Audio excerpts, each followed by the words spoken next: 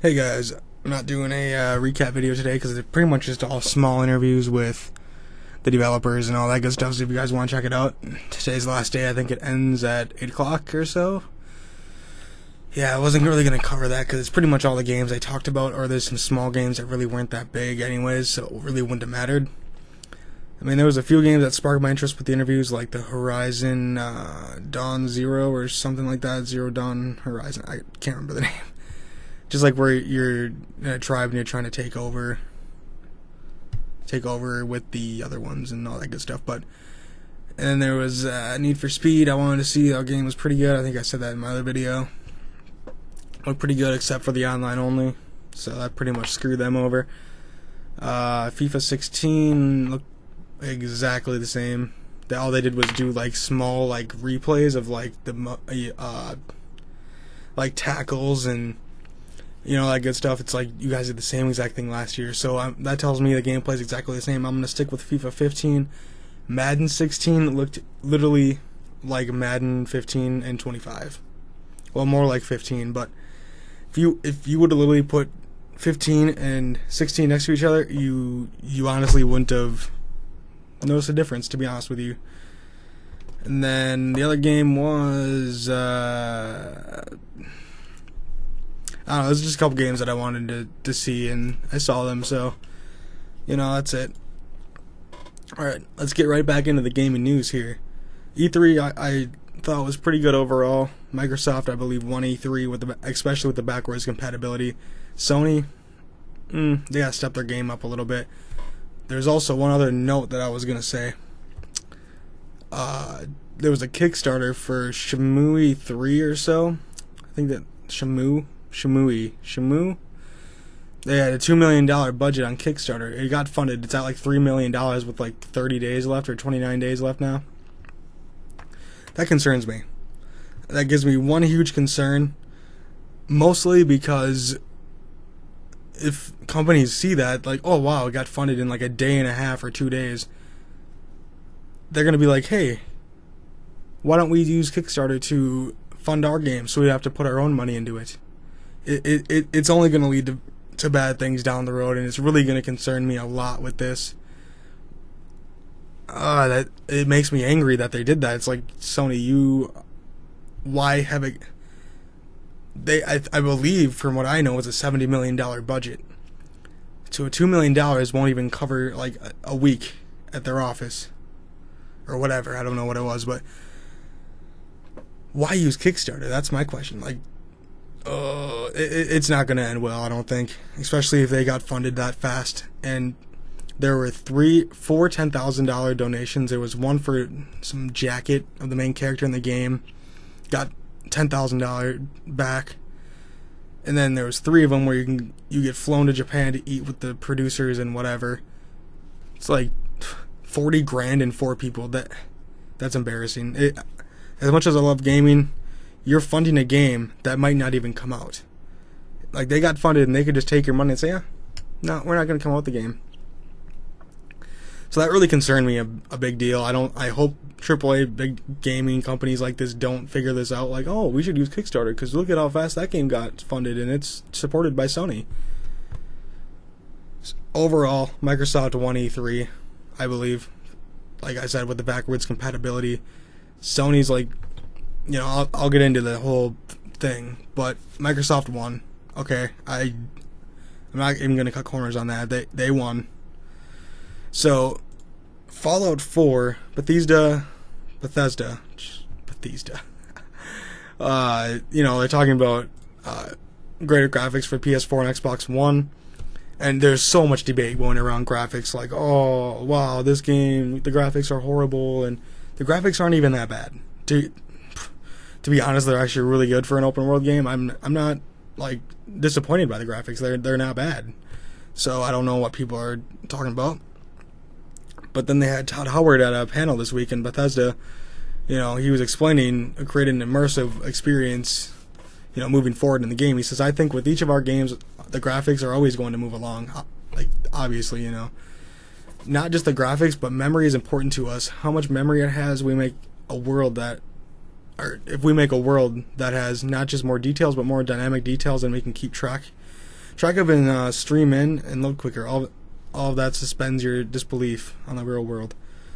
I mean, obviously graphics are going to get better. He said the graphics matter. They do matter in suspending your disbelief. And it can be, if you're playing the game for an 8-hour stretch, a little depressing, apparently. I don't see a big deal with the graphics, to be quite honest with you guys. Because I'm not really a graphics person. If the game's good, it's fun, like Minecraft. It's like an 8-bit game, or 16-bit. If it's fun, I'll play it. I don't care about graphics. Yeah, graphics are pretty, but does it really come down to it? No, it doesn't. You could have the greatest graphics. Take Drive Club, for example. I know there's still a lot of fans out there, but they had that game hyped up to the max. Graphics, oh, look at these graphics, and look at that good stuff. Then the game releases. It sucks. Even, I guess, Watch Dogs, too, is on that same line. It makes me angry, guys. You have no idea. You really have no idea. So this caught my eye, actually, last night. I was like, hey, Best Buy is giving you a $170 trade-in offer.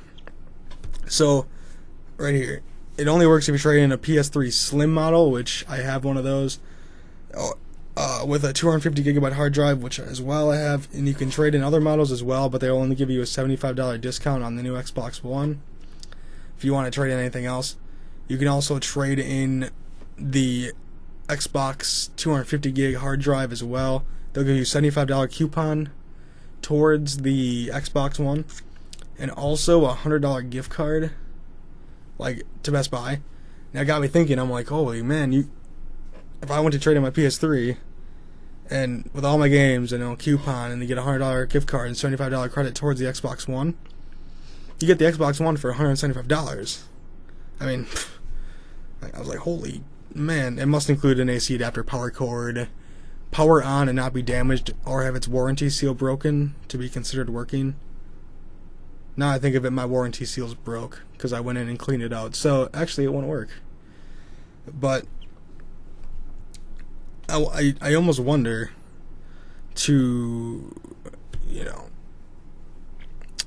you could use I wonder if, like, you can use the coupon in transition with the $100 gift card, or if there's, like, separate things, separate.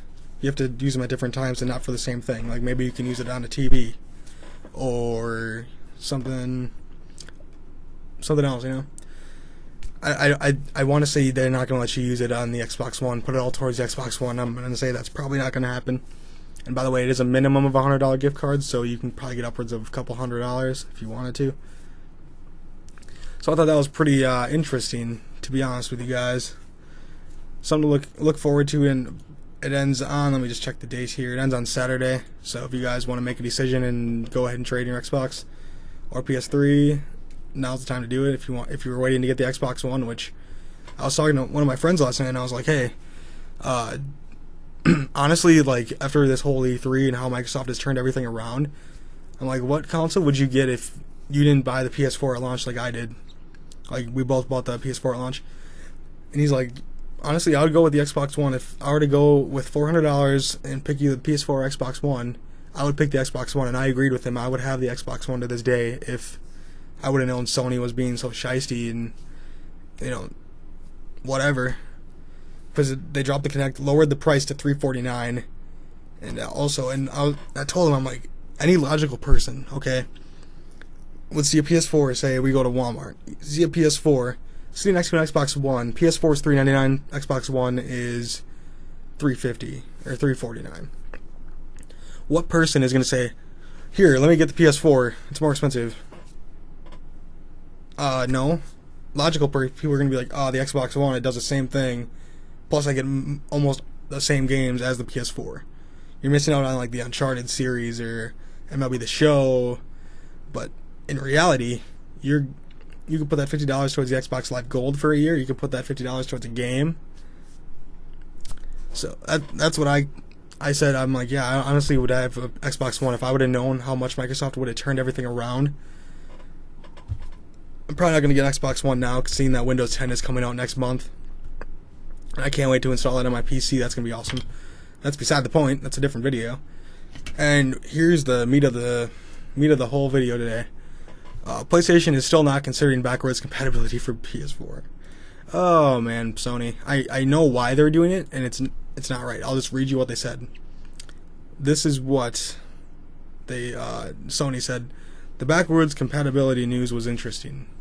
Yoshida said, the technology evolved must be very challenging. I'm interested in seeing the list of titles, he goes on to say. And, you know, it's just a whole thing. It's like, they pretty much said, PlayStation Now works surprisingly well, Yoshida said, but the primary purpose of the project was to create a new network service that could be used to bring PlayStation games to multiple devices, including non-PlayStation devices like Sony and Samsung televisions. That is an example of creating new services and incentives. But, like, I don't understand. Like, they asked him, why doesn't Sony want you to do backwards compatibility on the PS4? Backwards compatibility is hard. I won't say we'll never do it, but it's not an easy thing to do. They did it with the PS3. The 20 gig, I think it was, or the 60 gig when it first released. Like, you could play all your PS3 games on it. So I don't know what they're doing. They're Blu-ray discs, so I don't know what would be so hard about it. PS3 discs were Blu-ray and PS4 discs are Blu-ray. The Xbox 360 and Xbox One is a little bit different because it was the DVD, and then now it's Blu-ray, so they have to go in and actually code it, so that's actually tough. Sony, not so much. They could literally just patch it, and it would work, because it was all in the same update. Or not the same update, what am I doing? It would all work right away. And here's why they're not doing it right here. So, they bought that Gakkai or whatever, that streaming service, and they changed it into PlayStation Now. And I believe PlayStation Now failed. They said, oh, it's great, stream, whatever.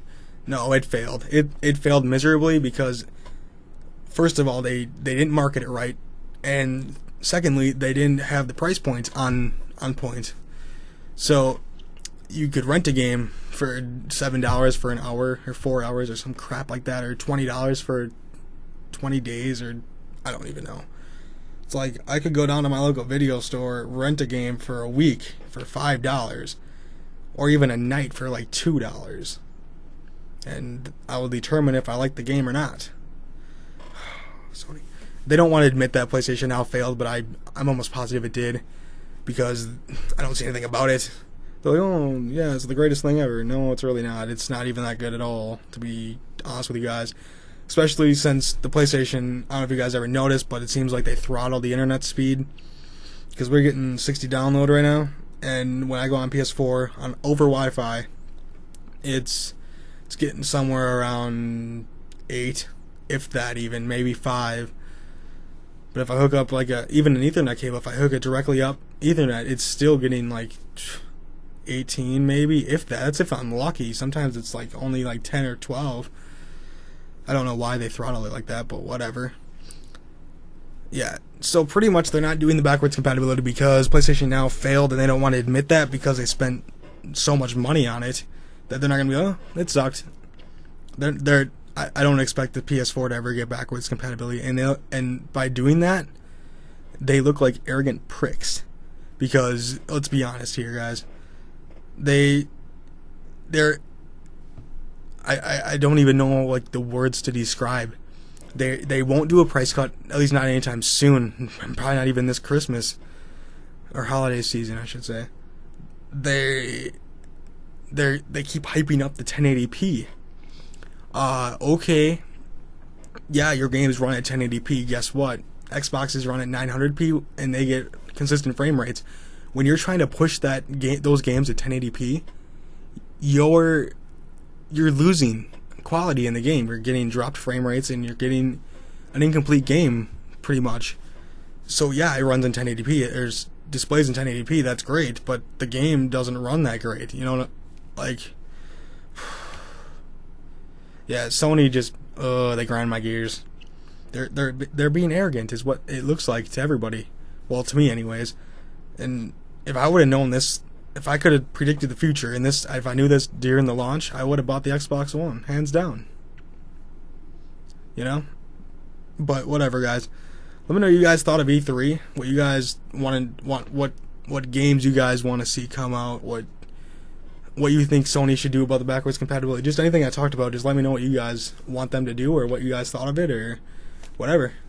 Alright, guys. Make sure to like, comment, favorite, and subscribe, and follow me on Twitch, Twitter, and Facebook. I will talk to you guys tomorrow. Have a good one.